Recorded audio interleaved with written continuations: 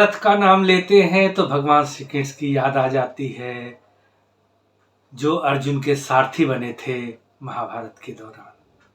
लेकिन आजकल मोदी सरकार के एक रथ के फैसले ने विवादों को जन्म दे दिया है, तो वहीं सैनिकों को सैनिक राजदूत या सोल्जर एम्बेसडर बनाए जाने का भी विरोध हो रहा है। नमस्कार, आप देख रहे हैं अपनी बात अनिल के साथ। आगे बढ़ूं उससे पहले आपसे निवेदन कर दूं कि वीडियो को लाइक कर दे जिससे लोगों तक पहुंच सके, और शेयर कर दे जिससे यह इंफॉर्मेशन सबके साथ साझा हो सके, और चैनल को सब्सक्राइब कर दिया होगा, यदि नहीं किया है तो अभी कर दे, और घंटी का आइकॉन भी दबा दे जिससे नोटिफिकेशन आपको समय पर मिलता रहे जब भी वीडियो अपलोड होती है। तो आइए जानते हैं क्या केंद्र सरकार या मोदी सरकार का आदेश। मोदी सरकार 20 नवंबर से विकसित भारत संकल्प यात्रा निकाल रही है, जो 6 महीने तक चलेगी। लेकिन इस यात्रा को लेकर के विपक्ष या यूं कहें कि कांग्रेस आक्रामक हो गई है केंद्र सरकार पर। मामला यह है कि केंद्र सरकार अपनी 9 साल की उपलब्धियों को लेकर विकसित भारत संकल्प यात्रा निकालने जा रही है। यात्रा देश के करीब 2.7 लाख ग्राम पंचायत से होकर गुजरेगी। संयुक्त सचिव, निदेशक, उप सचिव जैसे रैंक के वरिष्ठ अधिकारियों को रथ प्रभारी बनाया गया है। भारत के सभी 765 जिलों में इन रथ प्रभारियों को तैनात किया जाएगा, जो कि इनकी योजनाओं को पूरे देश में पहुंचाने का काम करेगी। प्रधानमंत्री ने इसके लिए 6 महीने का लक्ष्य तय किया है। अब 20 नवंबर से 6 महीने जोड़िए तो 20 मई हो जाती है। तो आप समझ सकते हैं कि यह लक्ष्य कहां पर है और क्या है, यानी मई 2024 तक। तब तक नई सरकार की तस्वीर साफ हो चुकी होगी। विपक्ष द्वारा आरोप लगाया जा रहा है कि सरकार अपने प्रचार के लिए सरकारी तंत्रों का दुरुपयोग कर रही है। खड़गे जी ने 22 अक्टूबर को प्रधानमंत्री नरेंद्र मोदी जी को एक पत्र लिखा। उसमें इन रथ प्रभारी के अलावा एक और मुद्दा उठाया है उन्होंने, वो है सैनिक यानी सोल्जर एम्बेसडर बनाए जाने का, सैनिक राजदूत। अब थोड़ा नजर मार लेते हैं खड़गे जी के पत्र पर। इस पत्र के जो 18 अक्टूबर का रेफरेंस देकर के लिखा गया है, इसके पहले पैराग्राफ में वही लिखा है जो मैं पहले बता चुका हूं। लेकिन खड़गे जी आगे लिखते हैं जो दूसरा पैराग्राफ शुरू होता है। सरकारी अधिकारी का पॉलिटिकल एक्टिविटी के लिए आदेश देना सेंट्रल सर्विस कमीशन रूल 1964 का उल्लंघन है। पिछले 9 सालों की उपलब्धियों की बात करना यह प्रत्यक्ष रूप से एक पॉलिटिकल एक्टिविटी है।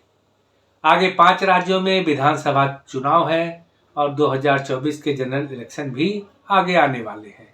सही बात है, इलेक्शन आने वाले हैं तो विपक्ष का यह सोचना बुरा भी नहीं।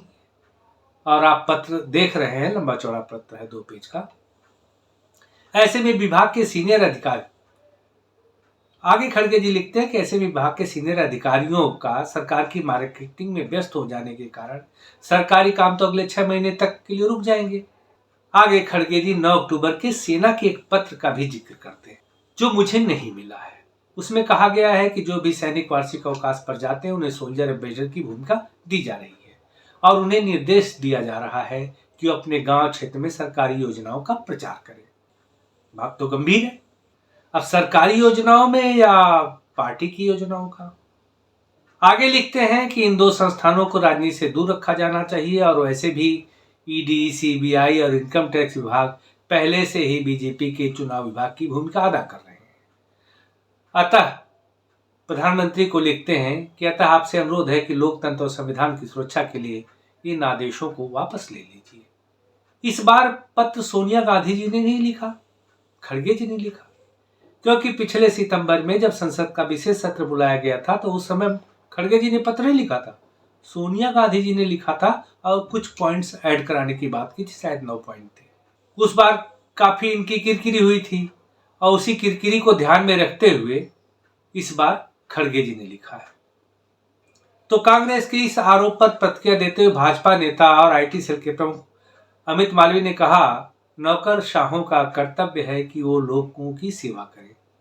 बात तो सही है, उनका अधिकार नहीं है, सेवक ही है, प्रधानमंत्री अपने को प्रधान सेवक अगर मानते हैं तो नीचे, इसमें मुझे कोई ऐतराज भी नहीं है।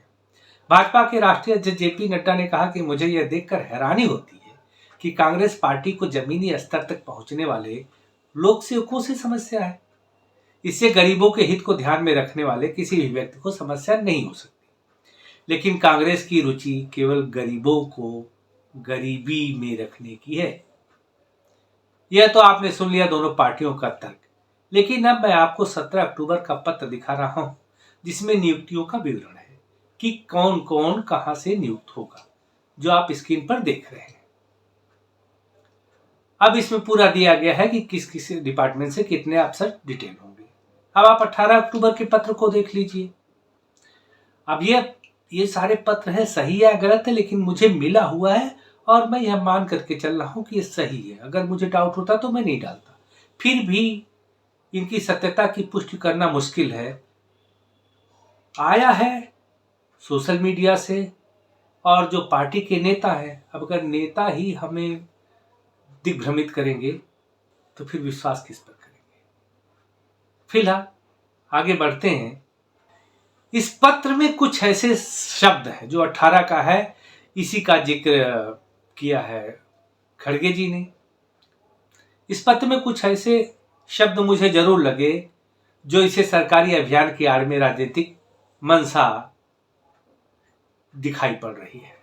यह सही है कि सरकारी योजनाओं का प्रचार होना चाहिए जिससे लाभ उठा सके लोग, लेकिन समय और शब्द बीजेपी की मंशा पर उंगली उठाने का मौका तो देते ही है। इस पत्र में पिछले 9 सालों की उपलब्धियों की बात की गई है। अब 9 साल से तो बीजेपी सरकार है। अगर वो इसमें पिछले 76 साल की बात करते, 75 की बात करते, 20 साल की बात करते, 19 की बात करते, तो यह मान लिया जाता कि सरकारी क्या यही योजनाएं सबसे अच्छी आई हैं?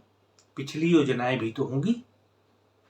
या आपका था मकसद कि 9 साल की योजनाओं का लिस्ट दे देते, लेकिन उस पत्र में कहीं 76, 70, 75 कुछ तो लिख देते जिससे आपत्ति न होती। अब आपने खुद ही पड़ी लकड़ी को खड़ी किया है। अब इसकी आलोचना की जाए या विरोध किया जाए तो सरकार अपने आदेशों को वापस लेती है या नहीं? क्योंकि राजनीति में शर्म के लिए कोई जगह नहीं है। हाँ, सरकार के लिए शर्म की बात हो सकती है, इसलिए सरकार इसे वापस ले सकती है। अब पार्टियां तो वही करती हैं जो दूसरे को चुभे। एक आदेश सैनिक राजदूत का भी था, लेकिन मैं उसको बुरा नहीं मानता यदि सैनिकों के ऊपर दबाव न डाला जाए तो। जो काम सैनिक राजदूत के लिए है वो मैं बता देता हूं।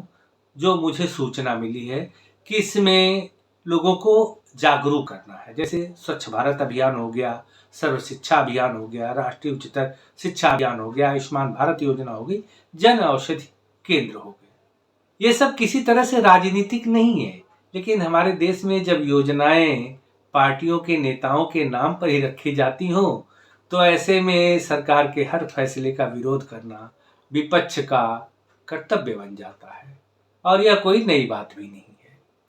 लेकिन सैनिकों को जो काम बताया जा रहा है वो बहुत अच्छा लगा मुझे, यदि स्वेच्छा से करते हैं तो।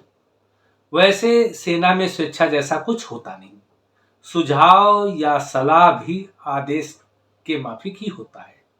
राष्ट्र निर्माण आवश्यक है, लेकिन राजनीति प्रचार के लिए सेना का प्रयोग नहीं होना चाहिए। केवल सेना ही क्यों, सभी पढ़े लिखे लोगों को यह काम करना चाहिए कि जो जनमानस के हित में है उन योजनाओं को उन तक पहुंचाए। अब जो पढ़े लिखे हैं तो थोड़ा पार्टी से ऊपर तो उठना चाहिए, लेकिन उठना बड़ा मुश्किल होता है। कहते हैं कि लोग मैं निष्पक्ष हूं, लेकिन निष्पक्ष बने रहना बहुत ही कठिन काम है। अब इन सब पर देखिए कि पवन खेड़ा जी ने एक्स पर पोस्ट किया है कि how can civil servants be order to do political propaganda for a government going into elections. IAS officers will be रथ प्रभारी। तो ये आईएएस अफसर के ऊपर इंडियन एक्सप्रेस में खबर छपी, तमाम में ये खबरें छपी हुई हैं। आगे डॉक्टर ES शर्मा जो रिटायर्ड आईएएस अधिकारी हैं, ये तेलंगाना से आए थे जो पहले आंध्र प्रदेश था, उन्होंने राष्ट्रपति द्रौपदी मुर्मू को पत्र लिखा है IAS अधिकारियों की नियुक्ति पर। ये अधिकारी हैं कि कभी भी उलझ जाते हैं जहां इनको गलत लगता है। जब अटल बिहारी जी प्रधानमंत्री थे उस समय भी यही फाइनेंस डिपार्टमेंट में थे, लेकिन वहां से हट गए थे। चलिए, यहाँ तो सरकारी योजनाओं की ही बात है। यदि पत्रकार अमिताभ अग्निहोत्री की माने तो कांग्रेस के मुख्यमंत्री तो जूता तक उठाते थे। तब किसने किसने बवाल मचाया था? यह वही देश है जहां मायावती के जूते सुरक्षाकर्मी साफ कर रहे हैं। तो नेताओं ने ही तो मार्ग दिखाया है, तो यहां भी नेता मार्गदर्शन कर रहे हैं। लेकिन जब हम करें तो बहुत अच्छा, दूसरा करे तो बुरा लगता है। इसको जब सत्ता से दूर रहते हैं तब भी सोच लेना चाहिए कि जब मैं सत्ता में पहुंचूंगा तो मुझे क्या बुरा लगा था, वो नहीं करना चाहिए। तो बाकी मैं फिर अपना काम करता हूँ, हाँ वही चलने का, क्योंकि आपने अपना काम कर दिया है लाइक शेयर सब्सक्राइब करने का। तो अभी के लिए इतना ही, फिर मिलेंगे अगली वीडियो में। तब तक के लिए नमस्कार, जय हिंद।